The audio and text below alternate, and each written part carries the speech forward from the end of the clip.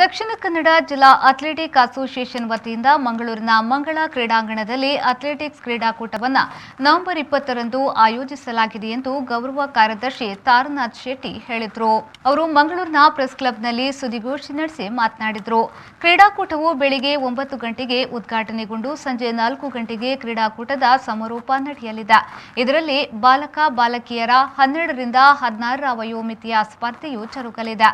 500ಕ್ಕೂ ಹೆಚ್ಚು ಕ್ರೀಡಾಪಟುಗಳು ಭಾಗವಹಿಸಲಿದ್ದಾರೆ ಎಂದು ಹೇಳಿದರು.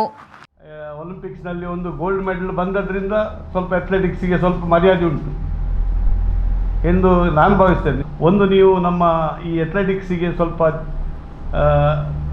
ಇದು mother of all games athletics ಹೇಳಿದರೆ. ಸೊ 20th ನಾವು 9 ಗಂಟೆಗೆ 8:30 ಇವೆಂಟ್ ಸ್ಟಾರ್ಟ್ ಆಗ್ತದೆ.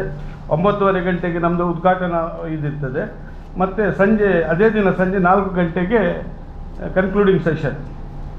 ಸೊ ಇದರ ಸಿಲೆಕ್ಷನ್ ನಾವು all India inter district athletic championship ಆಗ್ತದೆ ಡಿಸೆಂಬರ್ನಲ್ಲಿ. ಅದರಲ್ಲಿ ನಾವು ಇಲ್ಲಿಯ ದಕ್ಷಿಣ ಕನ್ನಡದ ಟೀಮನ್ನು ನಾವು ಕೊಂಡೋಗಬೇಕಾಗ್ತದೆ. ಇದರ ಪ್ರಾಯೋಜಕತ್ವವನ್ನು ನಮ್ಮ ಅಧ್ಯಕ್ಷರಾದ ಮಂಜುನಾಥ್ ಭಂಡಾರಿ ಅವರ ಸಹ್ಯಾದ್ರಿ ಕಾಲೇಜ್ ಅವರು ವಹಿಸಿರ್ತಾರೆ. ಮತ್ತು ಅದಕ್ಕೆ 2 ಕೋ ಸ್ಪಾನ್ಸರ್ ಆಗಿ ಒಂದು ರೋಟರಿ ಮ್ಯಾಂಗ್ಳೂರ್ ಮೆಟ್ರೋ ಮತ್ತು ಒಂದು ವರುಣ್ ಪೈಪಿಂಗ್ ಸಿಸ್ಟಮ್ ಅವರು ಕೋ ಸ್ಪಾನ್ಸರ್ ಆಗಿ ಈ ಮೀಟನ್ನು.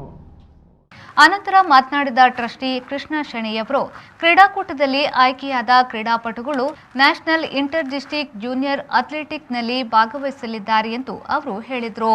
ವರ್ಷ ಮಾಡುವ ಹಾಗೆ ಈ ಸಲ ಕೂಡ ಒಂದು junior district athletic meet November 20ನೇ ತಾರೀಕಿಗೆ ಮಾಡ್ತಾ ಇದ್ದೇವೆ. ಇದು inter district all India inter district athletic ಮೀಟಿಗೆ ಸೆಲೆಕ್ಷನ್ ಟ್ರಯಲ್ ಆಗಿರುತ್ತದೆ.